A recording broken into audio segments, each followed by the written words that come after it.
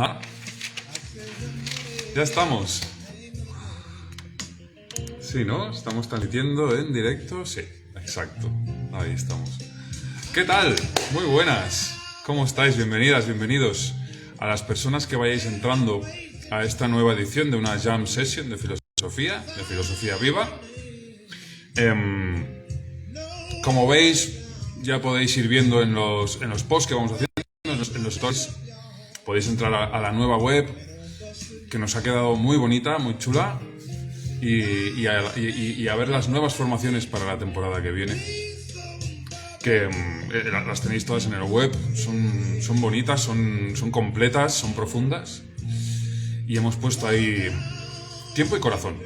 Así que gracias si las visitáis, gracias por estar aquí, a las personas que vayáis entrando y a las personas que lo veáis en diferido.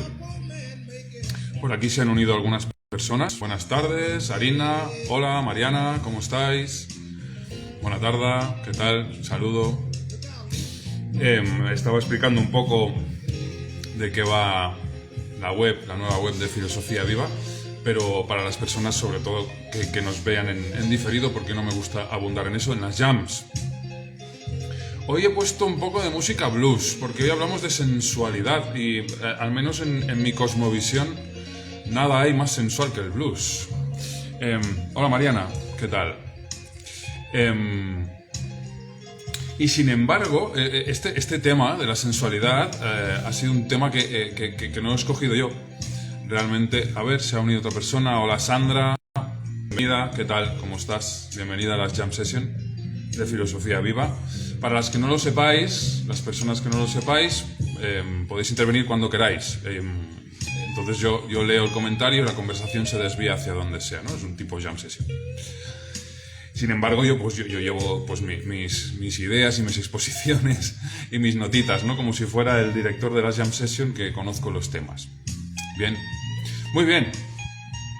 Pues este tema de hoy es la sensualidad. La sensualidad es un tema que yo no escogí, que lo escogió gente, que hicimos una votación. Primero salió la comunicación, que lo hicimos hace 2 semanas, y hoy vamos a hablar de la sensualidad. Y preparando este tema ya me he dado cuenta de lo amplio, complejo y difícil que es hablar sencillamente de esto y que no sea una cosa muy genérica. Pero bueno, como solemos estar 1 horita aproximadamente haciendo las jam, incluso a veces menos, yo me he preparado algunas cosas y vosotras, si queréis intervenir, ya sabéis, adelante. Muy bien. Realmente es un tema que tiene unas connotaciones y una amplitud, como digo, ¿no? que es extensísima, y desde los inicios casi del pensamiento occidental y oriental se viene hablando de todo esto. ¿De qué es la sensación? Es un tema que está unido a la sensación. Y si os fijáis, una de las primeras cosas que se me ha ocurrido cuando yo he pensado, bueno, ¿y de qué hablo yo esta tarde? ¿No? ¿Cómo empiezo? ¿No? Era decir, hostia, es que nos pasamos el día diciendo cosas, diciendo el mundo, diciendo la vida, diciéndome a mí, ¿no? En las redes sociales, en las conversaciones que tenemos echando unas cervezas en el bar con los colegas, o en el trabajo, o con la familia. Nos pasamos diciendo el mundo. Pero me parece que somos una civilización, especialmente la moderna occidental, que se ha extendido a casi toda parte del mundo, que decimos más que sentimos. Sentimos más bien poco. Estamos poco conectados con nuestro sentir. Y eso es, en realidad, parece lo contrario de lo que es, ¿no? Porque tú puedes decir, hostia, es que somos una civilización que está basada en el pensamiento y en el conocimiento, por lo tanto, joder, pues es normal, ¿no? Que hayamos superado ese estadio de la sensación y estemos por encima. Bueno, es una forma de verlo, y sin embargo a mí me parece que tendríamos que ir por otro lado, ¿no? En el sentido de, vamos a intentar integrar la sensación, la sensualidad en nuestra vida y en nuestro camino personal y colectivo. Camino filosófico, espiritual, camino de vida, de aprendizaje, llámale como quieras. Entonces, no sé si está un poco alta la música, la voy a bajar un poquito, por si acaso. Entonces, la sensación, ¿no? Todo esto que se refiere a la sensación. La sensación es un mundo extraño, porque es un mundo silencioso realmente. No sé si estáis de acuerdo. Las sensaciones las vivimos en silencio, principalmente. Es todo lo que tiene que ver con el tacto, con la vista, con el oído, etcétera, etcétera, ¿no? Con lo que llamamos sentidos, pero también con el sentido interno, con la percepción interna. Cómo te percibes internamente, ¿no? Y también fijaros en que por aquí ha entrado Carlos. Hola Carlos, encantado que estés por aquí. Hoy hablamos de la sensualidad. Gracias por estar por aquí, Carlos. Cris, también, Cristina está por aquí. Gracias. Hablábamos de la sensualidad y empezábamos por los sentidos, de lo importante que son los sentidos y la sensualidad y lo mucho que la hemos olvidado en nuestra cultura occidental. Y decía que la sensación no es solo lo que tiene que ver con el tacto, con la vista, con el oído.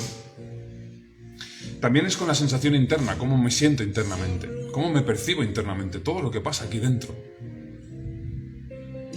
Y si os fijáis, lo emocional también trae consigo sensaciones. Cualquier emoción, toda emoción, trae consigo una serie de sensaciones. Buenas tardes, Víctor, por aquí, bienvenido. Decía, la emoción trae consigo una serie de sensaciones también, que están alojadas en el cuerpo. Puede estar alojado aquí, o en el diafragma, o en diversas partes del cuerpo. Incluso a través de lo mental nos provocamos sensaciones. Seguro que te ha pasado, buena tarde, Víctor, seguro que te ha pasado que piensas en tal persona y aquello que dices es que se me revuelve el estómago, ¿no? Que estamos para exagerar, pero realmente a veces pensando en una persona se nos puede hacer una bola en el cuello, ¿no? En la conversación que tengo mañana pendiente con esta persona. O al revés, se me eriza la piel, ¿no? Porque tengo ganas de verla, porque me gusta. Bueno, todo ese mundo de las sensaciones, yo os propongo, para empezar, y luego hablaremos de temas un poquito más amplios como la autoestima o los valores, que también están muy relacionados con la sensualidad y con la sensación, ojo. Pero yo os propongo un ejercicio que sé que algunas y algunos de vosotros ya lo haréis diariamente. Seguro que Carlos lo hace, seguro que tú, Carlos, lo haces, y algunas personas más que seguramente también, pero es posible que no. Entonces, y personas que nos van a ver en diferido, pues es posible que no. Y no se trata de una meditación, no es ni siquiera una meditación, no llega al estatus de meditación, por decir así, ese ejercicio. Pero es un ejercicio de silencio, de ponerse en silencio y de sentir plenamente las sensaciones, sencillamente las sensaciones, sin pensar nada, sin poner atención casi que ni a las emociones que estoy sintiendo, sino solo a las sensaciones. Y las sensaciones internas, que pueden ser desde crujidos de huesos y tendones, hasta pequeños escalofríos, calores sutiles que corren por el cuerpo, por dentro. También tensiones musculares alojadas en determinados lugares. También, buenas tardes, Charlie. Se ha unido Charlie por aquí. ¿Qué tal? Esto funciona que podéis intervenir escribiendo cuando queráis, ¿vale? Entonces la conversación puede ir hacia un lado o hacia un otro. Es una jam session filosófica. Pero yo voy hablando todo el rato. Entonces, todas esas sensaciones, ¿no? También, por ejemplo, fijaros mucho en las tensiones oculares, ¿no? Al cerrar los ojos, intentar sentir todas las sensaciones posibles. Si pones la atención en la parte de detrás de los ojos, verás que ahí se acumula una gran tensión. De hecho, algunos ejercicios de bioenergética, que es una disciplina que se dedica a liberar tensiones para que la energía corra mejor por el cuerpo, empiezan con los ojos, precisamente, ¿no? Forzando la mirada hacia arriba, forzándola todo lo que puedes hacia abajo, hacia los lados. Puedes hacer este ejercicio que va muy bien y libera mucho esta parte. Charlie, una pena que no tengo tiempo para... Ah, y tanto, claro que sí, pues otro día, y tanto. Un abrazo, que vaya bien. Bien, más tensiones en las mandíbulas, por ejemplo. Podemos percibir tensiones internas también. Las mandíbulas, grandes, alojadoras, o en todo el rostro, en los músculos de la cara, que arrastramos esas emociones o esas caras que hemos puesto a los demás y las arrastramos durante el espacio de tiempo en el que ya podríamos relajarnos en nuestra casa y todavía seguimos teniendo la cara tensa de ponerla delante de los demás. Todas esas sensaciones que se van dando a lo largo del día y que acumulamos, las podemos dejar sentir al final del día. Y eso es un buen ejercicio. ¿Para qué? A ver, primero para conocerse uno mismo o una misma. ¿Dónde alojo yo las tensiones? ¿Cómo reacciono ante los demás? ¿Qué es lo que me hago para ocultarme emociones, ¿no? Si no quiero sentir rabia, ¿dónde aprieto, no? Aprieto por dentro alguna cosa, por ejemplo. Pero fijaros que hay dos cosas, nos damos cuenta de las sensaciones, pero también nos damos cuenta del propio darnos cuenta. Y esto es esencial. Y esto es esencial sobre todo en lo que podemos llamar un camino filosófico, espiritual o de autoconocimiento, si tú quieres, ¿no? Se nos ha unido Karma, Karma ya nos conoce. Hola, buena tarde, buenas tardes. Ya sabes que puedes marcarte un solo cuando quieras. Entonces,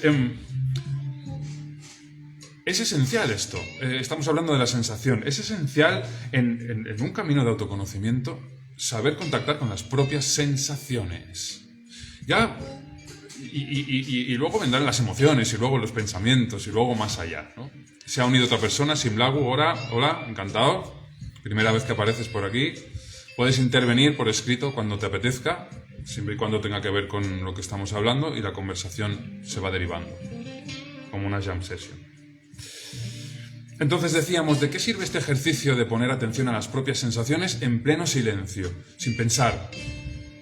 Sirve no solo para darte cuenta de las sensaciones que estás teniendo y que acumulas a lo largo del día, sino también para darte cuenta del propio darte cuenta.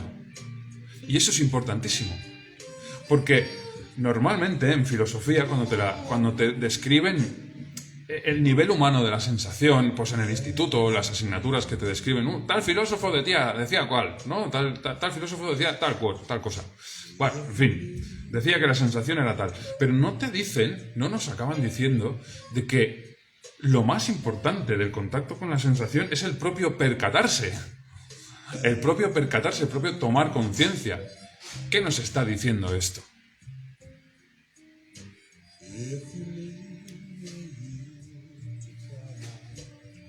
El autoconocimiento no solo es conocer el contenido, es decir, las sensaciones que tengo, las emociones, mi carácter, mis reacciones.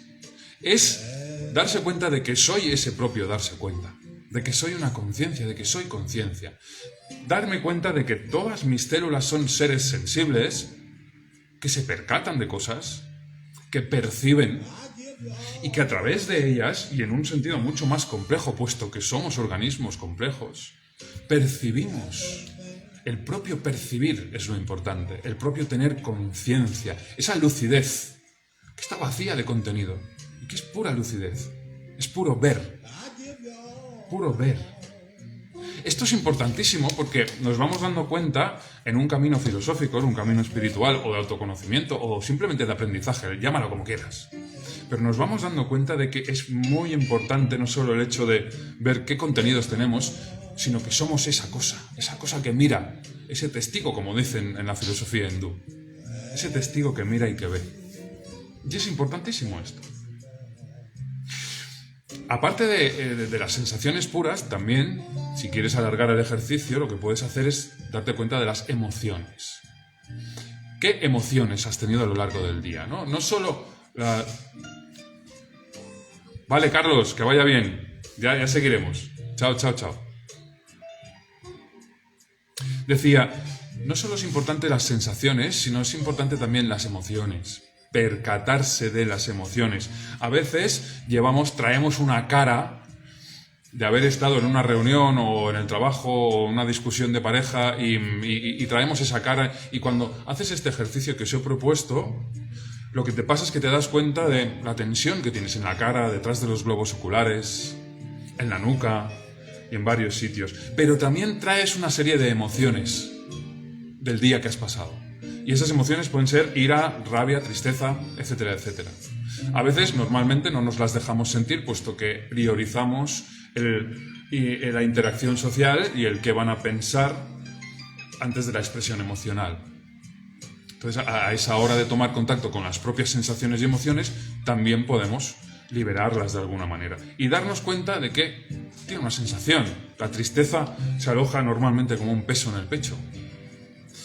Normalmente tenemos la ira más en el cuello, nos hace subir, incluso nos sube hasta las sienes. Y hay emociones más profundas de las que nos vamos dando cuenta de que las vivimos solo si asociamos la sensación que viene con ellas. Esa sensación persistente en el diafragma me está diciendo que tengo una vida insatisfecha, por ejemplo. Me puedo ir dando cuenta de esto si pongo atención. Fijaos que ya estamos avanzando en el mundo de la sensación. Estamos hablando de sensualidad, hemos empezado por los sentidos, luego hablaremos del amor sensual y acabaremos hablando de valores, aunque parezca una cosa muy alejada. Eso si no intervenís. Si intervenís, la cosa se irá por otro lado. Entonces, incluso como tercer elemento de análisis en este ejercicio están los pensamientos. Los pensamientos, como hemos dicho antes, también nos producen sensaciones. Pienso en tal persona y se me pone una bola en el cuello. Y noto, siento, veo esa bola en el cuello. Pienso en tal persona y se me eriza el pelo. O siento atracción sexual.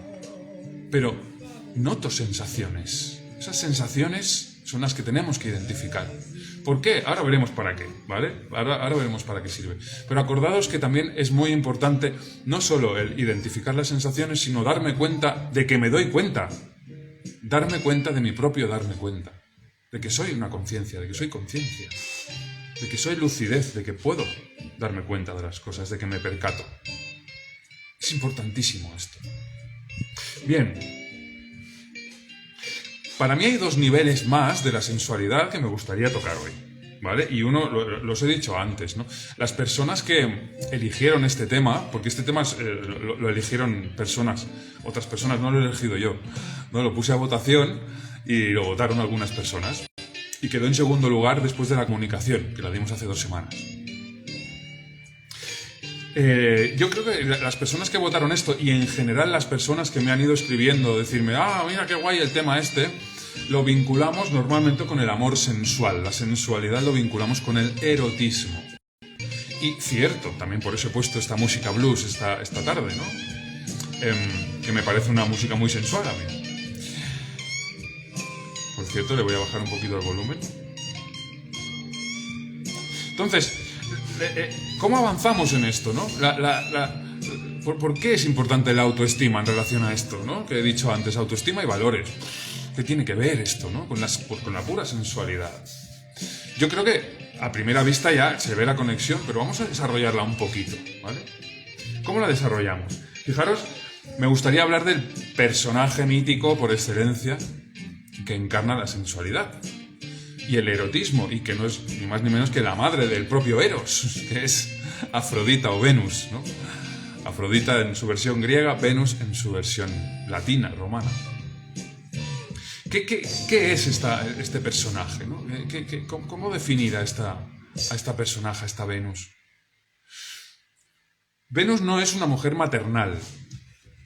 Venus no es una mujer virginal. Es decir, no responde al arquetipo de la mujer de la tradición judeocristiana. No responde a ese arquetipo. Responde a otro arquetipo. Otro arquetipo que todos y todas tenemos, ¿eh? Todos y todas tenemos una Venus, seamos hombres o mujeres. Aunque tradicionalmente, por vivir en una sociedad patriarcal, sean las mujeres las que más han encarnado eso. Pero todos y todas lo tenemos. Igual que todos tenemos un guerrero dentro, ¿no? Un Marte también.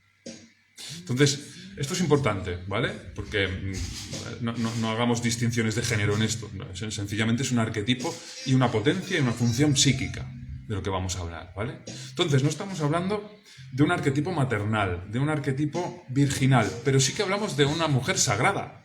Venus era la patrona de las hetairas, que eran mujeres sagradas que vivían en los templos. Hoy asociamos eso con una prostitución de lujo, pero eso es no entender el tema. Es que nos alargaríamos muchísimo si vamos por ahí, ¿vale? Pero fijaros que sí que vamos a decir que las hetairas, que eran las mujeres de los templos, tomaban ellas mismas la decisión de irse al templo, y eso era la alternativa a la vida matrimonial. La vida matrimonial en Grecia, pues imaginaros, ¿no? En una sociedad tan patriarcal como la griega antigua, pues la vida matrimonial en Grecia para las mujeres especialmente era la vida de reclusión y de crianza, y ya se acababa todo lo que representa el arquetipo venusino, que es la sensualidad. Esto todavía lo vivimos, ¿eh? O sea, todavía está en el ambiente y seguro que estaréis haciendo conexiones ya. Pero fijaros en que estas mujeres podían ser educadas, entonces escogían la educación, no solo en política, sino en metafísica, en religión, en todos los temas que estaban solo, digamos, reservados a los hombres. Pero lo más importante que les pasaba a estas mujeres es que no les concernían para nada los compromisos matrimoniales, quedaban libres de compromisos matrimoniales. ¿Eso qué quiere decir? Que Venus, esta función a la que obedecían estas mujeres, porque en realidad lo hacían por la diosa, ¿no? Digamos por su patrona, esta función, que era sagrada en la antigua Grecia, no tiene que ver, como digo, con los compromisos matrimoniales, con los compromisos maternales, con los compromisos de vínculo emocional. Fijaros, no hay vínculo emocional en Venus, en Afrodita. No existe el vínculo emocional en Venus, en Afrodita. O si existe, está muy, muy minimizado, ¿vale? No es prácticamente parte de su función, ¿vale? Esto es importante. Fijaros que Venus es más bien un poder que rompe compromisos, ¿no? Rompe compromisos con unos y con otros, ¿no? De hombres y mujeres. Claro, es más una potencia sensual que lo que hace es liberarnos de algo. Evidentemente trae consigo siempre mucho sufrimiento, por supuesto, porque hay mucho apego entre las personas, ¿no? Y el principio venusino rompe apegos. Y trae sufrimiento, claro que trae sufrimiento. Está ahí. Pero es un principio de la vida humana. Y como tal, mejor no negarlo, ¿no? Porque si lo negamos, todavía trae más sufrimiento. O depende cómo lo mires esto, ¿no? Esto podría ser objeto de un debate. Pero el placer sensual, si lo niegas, puede ser que te traiga más sufrimiento todavía del que querías evitar. Pero bueno, sigamos con el arquetipo de Venus, ¿vale? El arquetipo de Venus es fuerza creadora realmente, pero no en el sentido de reproducción de la vida, en el sentido paterno-filial o materno-filial.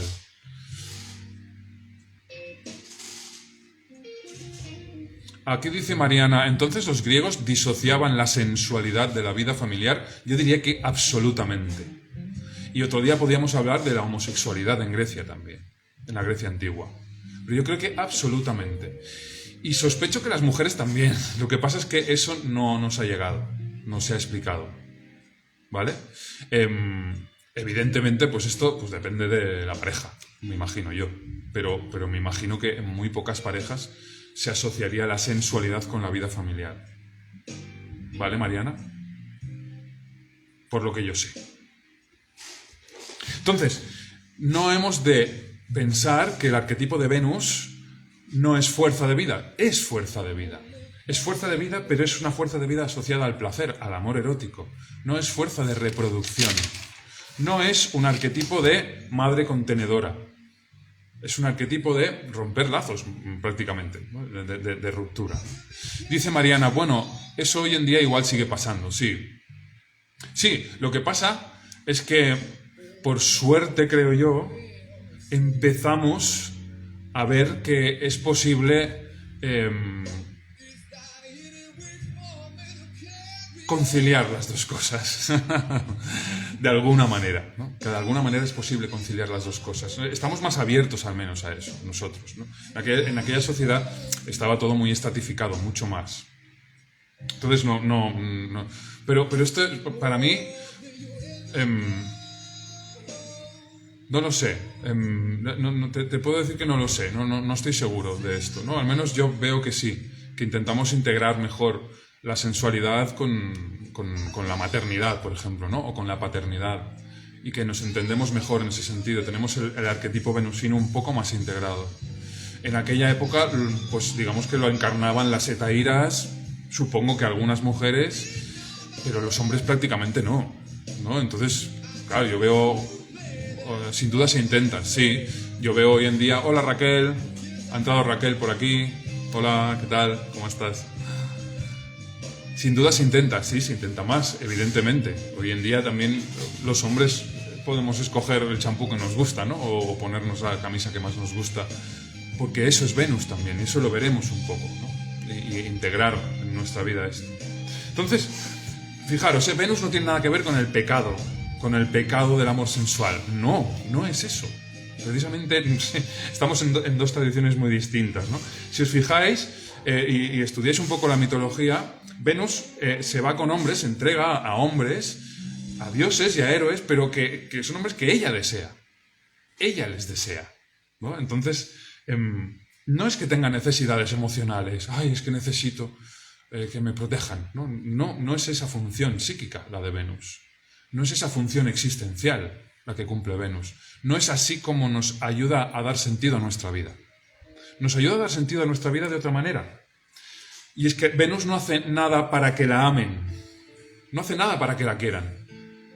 En cambio, nosotros vivimos en un mundo en que, hacemos mucho para que nos amen, para que nos valoren, porque si no, ¿qué? ¿Qué está en juego aquí? Es evidente, ¿no? Lo he dicho antes, ¿no? La autoestima. Venus es, digamos, es la esencia de la propia autoestima. Porque con Venus no tienes deudas. En cambio, con el arquetipo de la diosa madre, que es empática, es contenedora, es sacrificada. Una persona, sea hombre o mujer, que se haya sacrificado mucho por ti, es posible que en algún momento tengas un sentido de la deuda con esa persona. En cambio, con Venus, con esa función psíquica, no hay deudas posibles. Es puro amor erótico. Pero ojo, ese amor erótico nos lleva ¿a qué? ¿A qué nos lleva? ¿Qué simboliza Venus también? Simboliza una cosa que es muy importante y que es el amor propio. La autoestima de la que hemos hablado al principio y que decía, ¿cómo vamos a relacionar la sensualidad con la autoestima? Hombre, porque es la capacidad de saber qué deseo yo. ¿Qué deseo? ¿Cómo lo deseo? ¿Cómo me gusta que me traten? ¿Qué me gusta hacer un sábado por la tarde? Como decíamos el otro día en el story, ¿no? ¿Qué me gusta y cómo me gusta hacerlo, ¿no? ¿Qué deseo yo? Estamos muy desconectados muchas veces de nuestros propios deseos. Entonces, Venus es esa función de contacto con el propio deseo. ¿Con qué realmente deseo yo? Fijaros que, lo hemos dicho antes, si yo estoy desconectado de este arquetipo, de este arquetipo venusino, la pérdida de autoestima es brutal. Porque no sé realmente lo que deseo. Estoy todo el tiempo deseando lo que desean los demás. Deseando lo que desean los demás, haciendo lo que los demás desean que yo haga, o lo que yo creo que esperan de mí. Guardarnos ese espacio de autoconocimiento interior y de saber qué deseamos un sábado por la tarde o un domingo por la tarde y hacerlo. Darnos placer, realmente, darnos pequeños placeres y no solo sexuales, sino pequeños placeres diarios. Lo que decíamos antes, ¿no? ¿Qué champú me gusta? ¿Qué camisa me gusta? ¿Qué comida me gusta? ¿Cómo me gusta pasar una tarde? ¿Qué tipo de películas? Igual me apetece ver una serie chorra hoy. Pero claro, es que como soy un intelectual, tengo que ponerme una serie que sea profunda. Y yo mismo incluso estoy desconectado de mi propio deseo y no hay nadie aquí. Y no hay nadie más que me lo impida. Me lo hago yo a mí mismo. Esto puede pasar, porque me identifico con un tipo de personaje, con un tipo de películas, un tipo de lo que sea, y a lo mejor yo deseo otra cosa, ¿no? O soy vegano estricto y pero me muero en el fondo por comerme un Frankfurt, por ejemplo, ¿no? Esto pasa. Entonces, ahí estamos entrando en el tema de los valores y entramos en un tema que yo lo voy a dejar ahí apartado para ver qué os parece, ¿no? Pero realmente, si estamos tan desconectados de nuestro deseo, no digo que las personas que estéis aquí lo estéis, no, igual no. Yo cada vez lo estoy menos, pero también. Pero cuando estamos tan desconectados de nuestro deseo, es decir, cuando tenemos tan poca autoestima, realmente eso nos hace incapaces de amar a los demás, de forma plena y real. Pero también nos hace incapaces, sobre todo, de tener valores. Y ahora diréis, vale, y ahora ya ha salido el tema, ¿no? ¿Cómo puede ser que del tema de la sensualidad hayamos pasado por los sentidos, por hacer ejercicios de contacto con los sentidos diarios? Luego hayamos llegado al tema de la autoestima a través de este mito de Venus, ¿no? Del contacto con el propio deseo. ¿Cómo es posible que hayamos llegado al tema de los valores? Supongo que algunas personas ya lo habréis conectado de alguna manera. Fijaros, yo puedo tener los valores. Todos tenemos valores. Realmente había un señor que fue un día a una consulta de un terapeuta. Esto lo explica esta señora terapeuta en su libro. Y era un señor que se presentaba delante de los demás diciendo, y además lo decía en las conversaciones, ¿no? que todos los humanos somos iguales y que todos los humanos merecemos lo mismo. Y era un tema recurrente de sus conversaciones, ¿no? Este valor suyo universalista. Y sin embargo, un poco rascando dentro de este señor, aquella terapeuta, la terapeuta y él mismo rascando dentro de sí mismo, se acabaron dando cuenta de que en realidad era un señor con una autoestima muy, muy baja. Y de que en realidad él no se creía merecedor de lo que tenía. Y que en realidad era una persona que se consideraba inferior a todos los que trabajaban con él. Incluso a su propia compañera, incluso a sus hijos. Tenía un sentido de inferioridad brutal. Claro, la terapeuta le dijo, pero tú, ¿qué valores tienes? Tú piensas que todos los humanos somos iguales y tú mismo te consideras inferior al resto. Claro, ese considerarse inferior, por supuesto que era inconsciente.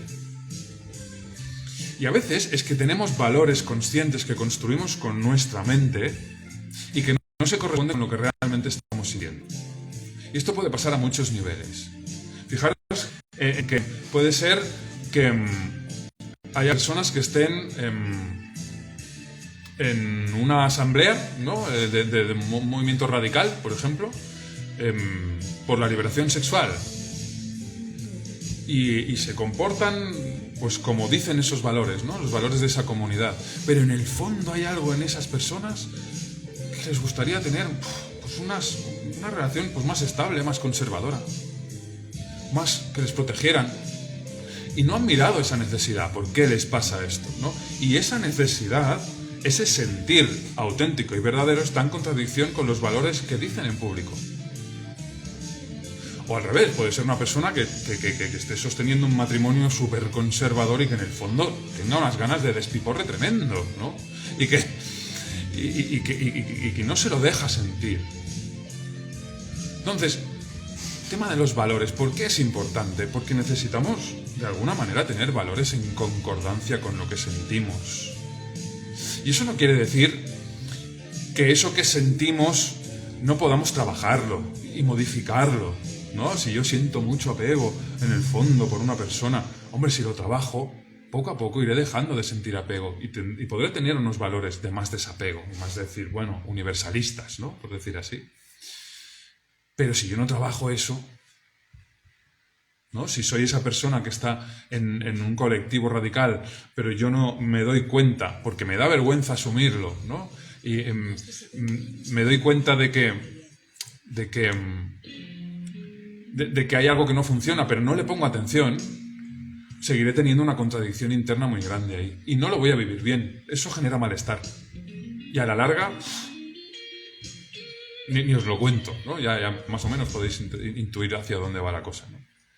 Y al revés, ¿no? La persona que sigue con alguien, pero que no estoy bien. ¿Qué sientes? ¿Qué sientes? Y luego ya veremos qué pasa con lo que sientes. Pero ese contacto con lo auténtico, con lo que sientes, es el fundamento realmente para tener unos valores que sean propiamente míos, propiamente nuestros. A ver, Dice Chris, ¿dónde colocas la visión budista del deseo en todo esto? Pues no lo sé. A ver, la visión budista del deseo. Vale, si no recuerdo mal, la visión budista del deseo, el deseo... Vale, yo creo que los griegos en este sentido... No lo sé, no conozco tanto el budismo, pero te diría que la visión budista del deseo está muy asociada al apego. Cualquier deseo está muy asociado al apego. Eso más bien sería la tradición griega estoica o epicúrea también. Los estoicos y los epicúreos hablaban del amor sensual como de un amor enfermizo prácticamente. Y me da a mí que el budismo lo piensa igual. Pero no estoy seguro, Chris? Entonces yo lo colocaría de tal manera que, bueno, es que los griegos le daban valor al amor sensual en sí mismo. Sin considerarlo, de hecho, me gustaría llegar al final hablando, y entraría más tu pregunta, creo, Chris, ahora que me doy cuenta.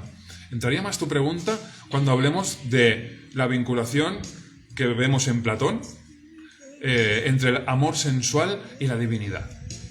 Porque para una visión budista, al menos la que yo conozco, que hay muchas realmente, yo no las conozco todas, pero al menos la que yo conozco, que es la más, digamos, la que nos ha llegado aquí a Occidente más amplitud, el deseo es algo parecido al apego y el deseo es algo contrario a la aversión, pero junto con la aversión y la ignorancia, el deseo es uno de los 3 venenos, digamos, ¿no? De los que una mente realmente búdica tiene que apartarse. Y está muy bien, ¿eh? Es fantástica la visión esta.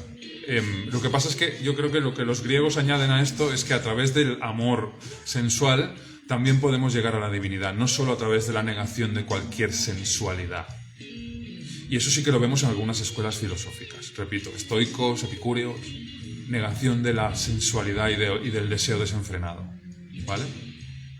No sé si te respondo, pero bueno, vamos, hemos ido por ahí y me has conectado con la última parte, con lo último que al menos yo tenía preparado hoy para comentar. Entonces, bueno, id diciendo, yo voy siguiendo y los que queráis participar, ya veis cómo va la cosa. Entonces, en relación a lo que decíamos, fíjate que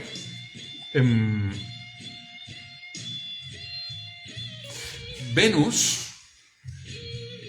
la función Venus, es la función de la manzana, por ejemplo, ¿no? La manzana prohibida. De hecho, uno de los motivos míticos de Venus es la manzana de oro también. La manzana que sale en el mito de Adán y Eva, ¿no? ¿Qué les pasa a Adán y Eva? ¿Qué pasa al comer de esa manzana, ¿no? Al hacerle caso al deseo. Parece, ¿no?, que les castigan y todo esto, ¿no? Pero si lo miramos bien profundamente, realmente se hacen plenamente humanos, se hacen mortales, es decir, plenamente humanos, se separan del Padre y se hacen libres. Libre elección, libre albedrío. ¿Qué es un castigo y todo esto? Puede ser, sí, la vida humana puede que sea un castigo también. Pero nos hace plenamente humanos el ser libres porque tenemos libre albedrío y el ser mortales y realmente el salir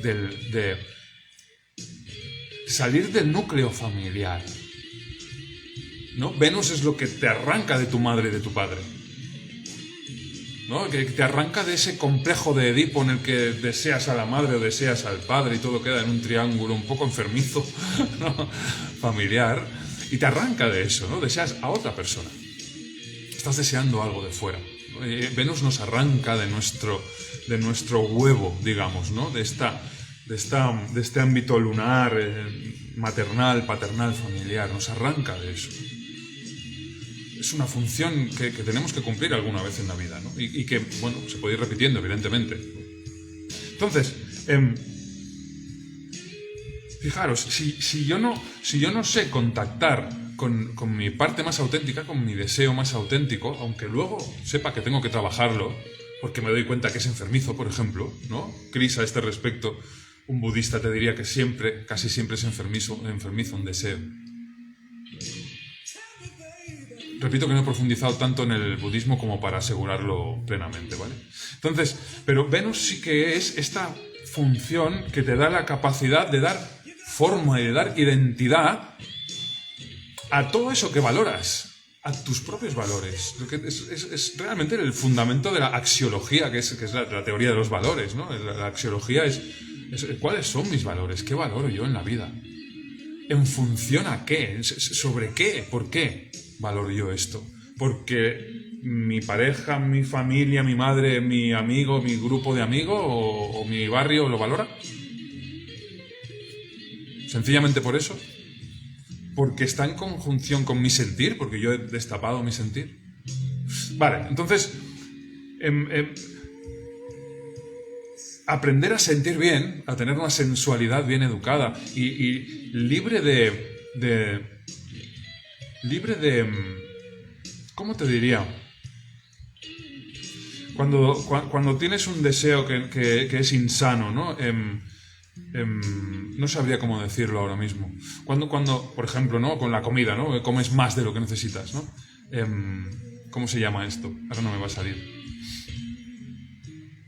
Bueno, en fin, estos deseos que son excesivos, ¿no? Que nos dan esta sensación de ser excesivos y que nos llevan por un camino que nos estamos haciendo daño.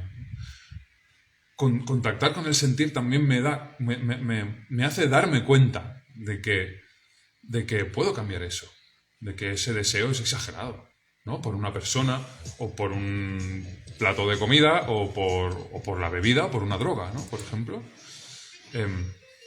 Etcétera. Entonces, gula.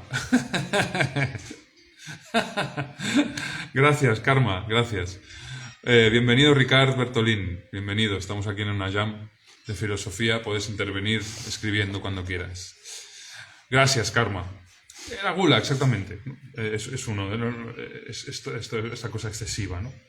Entonces, sin embargo, el contactar con la propia sensación no solo te sirve para darte cuenta de cuáles son tus deseos excesivos, sino de cuáles son esos deseos que no estás atendiendo. Hostia, a mí me gusta sentarme el sábado por la tarde y quedarme leyendo aquí, por ejemplo. Y me gusta hacer eso. Y no me gusta hacer otra cosa. Y me gusta hacer esto y quiero hacerlo.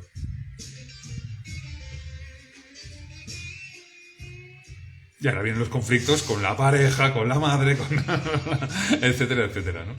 Claro, ahí está. Bueno, pero vemos claro, ¿no? Vemos claro. Ver claro. En lo que os decía al principio, es muy importante el ejercicio de contacto con las propias sensaciones, no solo por el contenido que vemos, las propias sensaciones que vemos, sino por el darnos cuenta de que nos damos cuenta, de que somos conciencia. Es importantísimo eso. De esto podemos hablar más adelante. Entonces, fijaros que Venus, como contacto con la propia sensualidad, con los propios sentidos y sensaciones, y también a través del amor sensual, también significa ese momento de nuestras vidas en que no solo sabemos lo que valoramos, sino que podemos asumir auténticamente las consecuencias de una acción en base a nuestros propios valores. Las consecuencias de nuestras propias acciones cuando son en base a nuestros propios valores. ¿Por qué esto? Esto es esencial, realmente para mí es lo más esencial. Fijaros la conexión, ¿no? Entre sensación auténtica, que es lo que siento auténticamente, valor auténtico, porque está en base a eso, y por lo tanto, o sea, yo no puedo asumir las consecuencias de un valor que ni yo mismo me creo. Ese hombre que creía que todos los humanos eran iguales, pero que él se consideraba inferior, en el fondo. ¿Cómo va a asumir las consecuencias de sus valores si ni siquiera lo siente? O esa persona que abiertamente dice que cree en las relaciones abiertas, pero que en el fondo no las tolera, ¿no? ¿Cómo va a asumir los actos sus propios actos en base a ese valor que profesa por ahí, ¿no? Que dice, no, pues sí, pues yo me voy a relacionar abiertamente con las personas. Estás sufriendo un montón en el fondo.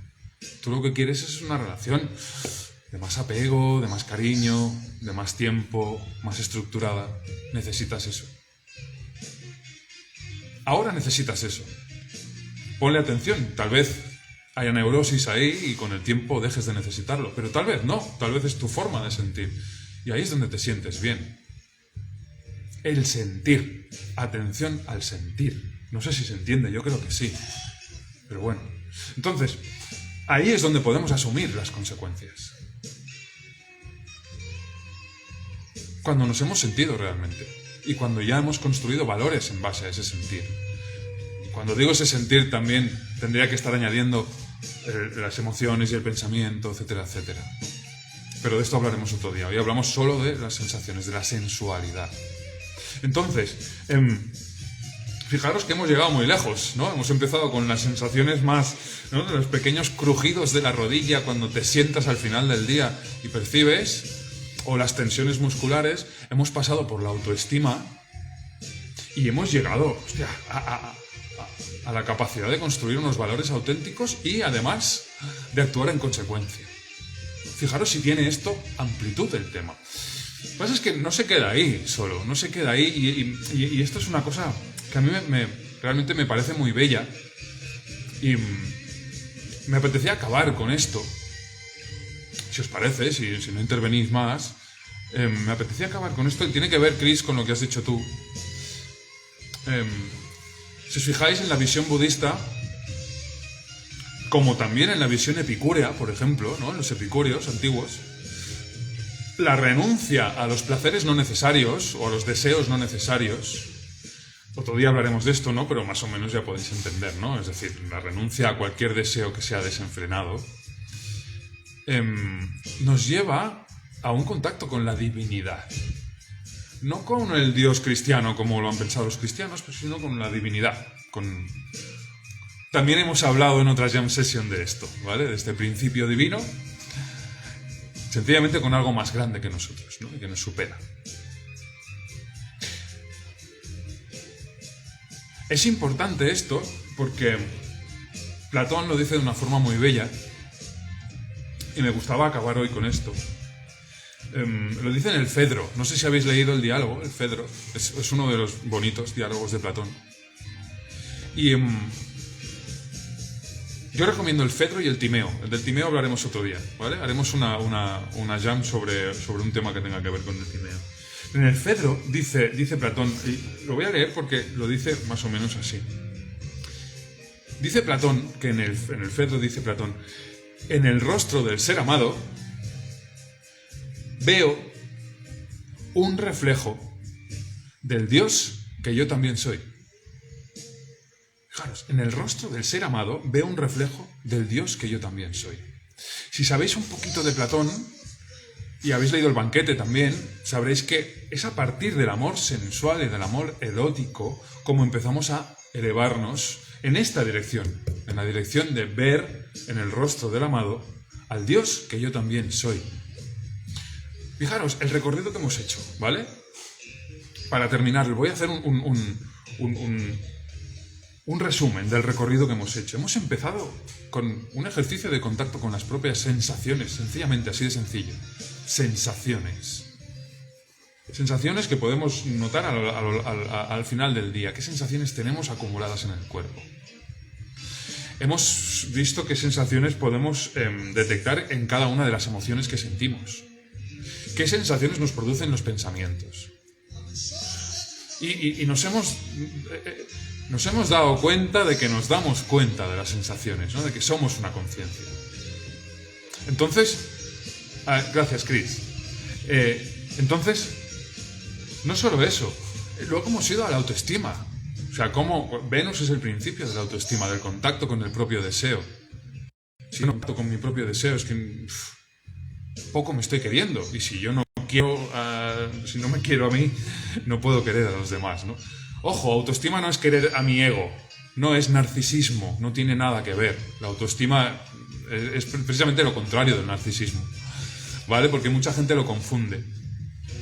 ¿no? La autoestima con el... yo me quiero mucho a mí mismo, no es mentira, no te quieres nada, ¿no? Solo quieres la imagen que tienes de ti mismo.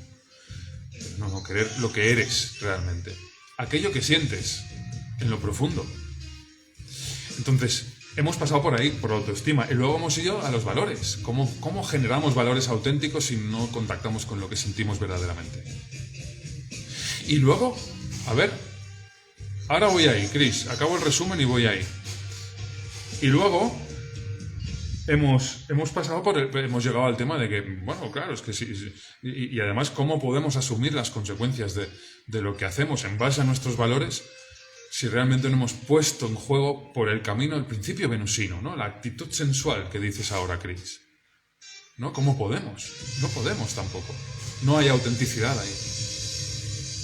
Estamos viviendo la vida de otros, o de un personaje, pero no nuestra propia vida. Entonces, de ahí hemos llegado, fijaros, hasta qué alturas hemos llegado, ¿no?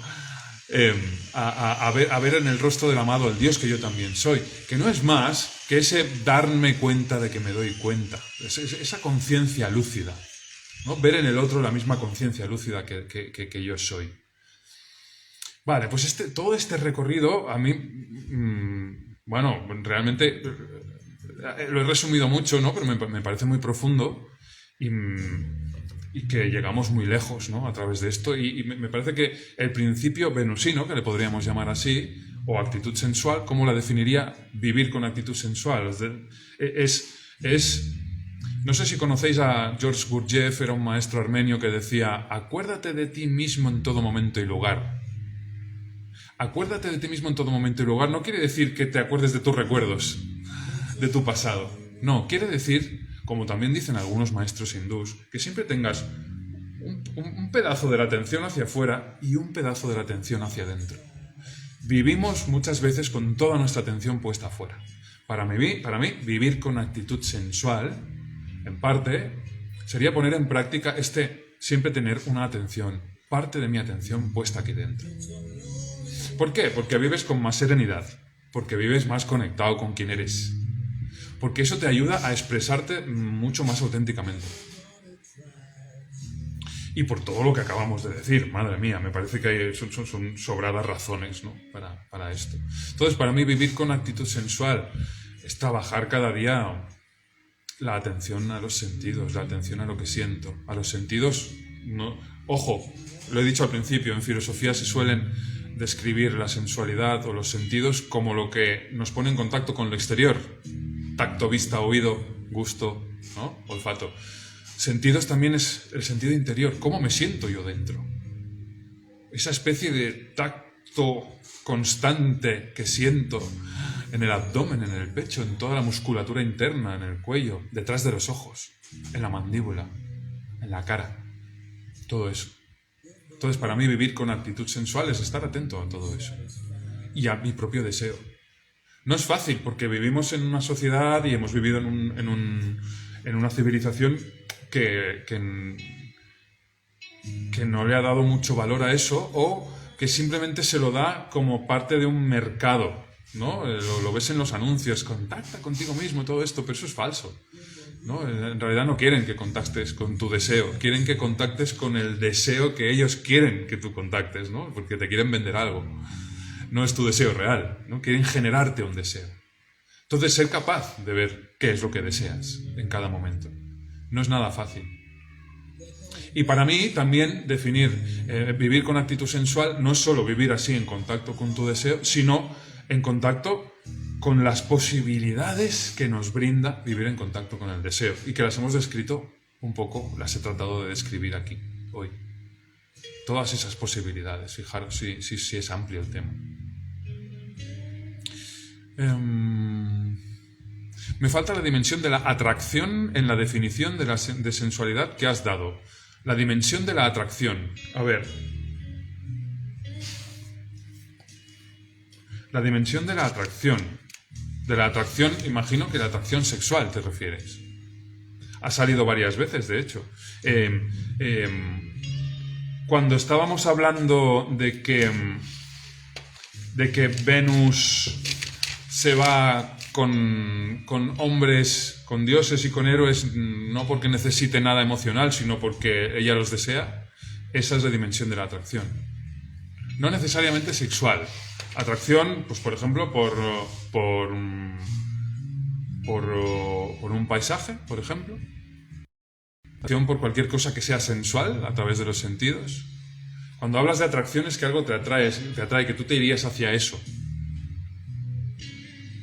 De generar una reacción en alguien más. No te entiendo aquí. Generar una reacción en alguien más. Si tú quieres generar una reacción en alguien, eso no es atracción. La atracción es la que tú sientes por esa persona. Entonces quieres generar una reacción en él o en ella para que ella se sienta atraída por ti. ¿Hablas de este juego?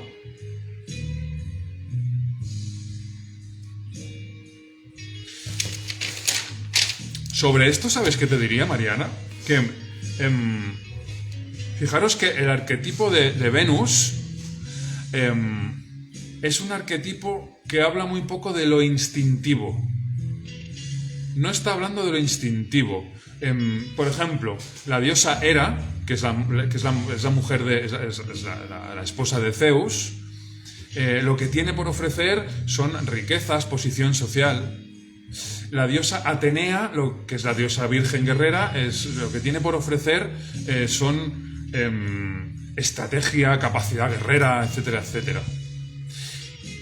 Lo que tiene por ofrecer Venus, sencillamente, y esto es así, en un mito pasa, ¿no? En el mito de París, ¿no? París tiene que escoger cuál es la más guapa. Hera le dice, yo te ofrezco riquezas si me dices que soy yo. Atenea le dice, yo te ofrezco artes guerreras si me dices que soy yo. Y Venus lo único que hace es aflojarse el cinturón. Nada más. Evidentemente ya sabéis cómo va a acabar, ¿no? París la escoge a ella, por supuesto, claro. Entonces, no hay gran parte emocional en el arquetipo de Venus y no hay gran parte instintiva del instinto gregario de pertenecer a un colectivo. No, eso no está. Lo que sí hay son artes amatorias. Artes amatorias que son mentales. Hay mucha inteligencia en Venus. Entonces ahí yo veo que generar una reacción en alguien implica un arte amatorio. Venus es la que fabrica las pócimas del amor, la que fabrica perfumes, la que sabe qué flores mezclar para conseguir tal efecto, tal reacción en tal persona. Efectos amatorios. Entonces son experta en arte amatoria y por lo tanto no se lleva mal con la estrategia mental de conquista, ¿no? De lo que llamaríamos conquista hoy en día, que es realmente un término estúpido cuando hablamos de amor porque es un término de la guerra, ¿no? En generar una reacción de atracción en hombres y mujeres. Entonces, si te faltaba esta dimensión, yo la encuentro un poco en esta parte más estratégica de Venus, más de inteligencia mental, poco ligada a los apegos emocionales y a lo instintivo, que es más lo materno, que es más lo del cuidado. Y esto, ojo, también pasa en hombres, ¿eh? Es la distinción entre el hombre de familia y el amante, ¿no? También existe esta distinción. Entonces, cuando entra en juego Venus, entran en juego todos los juegos de la atracción. Que puede ser desde ponerse un vestido o una camisa o llevar la barba así o el pelo asá, hasta llevar un perfume, hasta comportarte de una manera, etcétera, etcétera, que a veces no nos damos cuenta y estratégicamente lo estamos haciendo. Hay una cierta frialdad mental ahí. Es lo que, no sé si te respondo, pero bueno, se me ocurre esto para ver si te sirve. Muy bien. Muy bien, espero a ver si dices algo, Mariana, y iremos acabando, gente.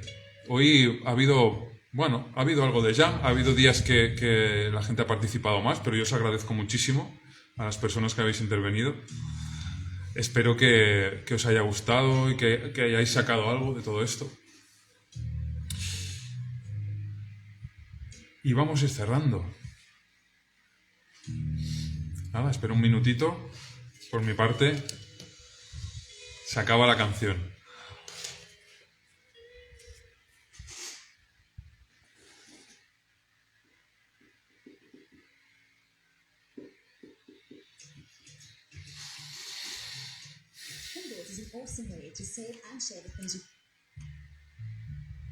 Vale, un corazoncito por ahí. Muy bien, pues nada, encantado de esta nueva Jam Session, de las personas que habéis estado por aquí. Yo me lo paso muy bien haciendo esto, me gusta mucho cuando participáis y cuando no, pues también, porque a mí me gusta hacer esto que hago. Y nada, podéis, repito, lo he dicho al principio, podéis ver el nuevo web con las nuevas formaciones, que son muy bonitas, nos han quedado muy chulas, son profundas, hemos puesto mucho tiempo y mucho amor en diseñarlas y van a ser instructivas y buenas para un buen aprendizaje. Y nada, nos vemos por aquí. No sé cuándo será la próxima Jam, yo creo que en 2 semanas, pero estad atentos a las stories, que es donde lo publicamos. Que vaya muy bien. Chao.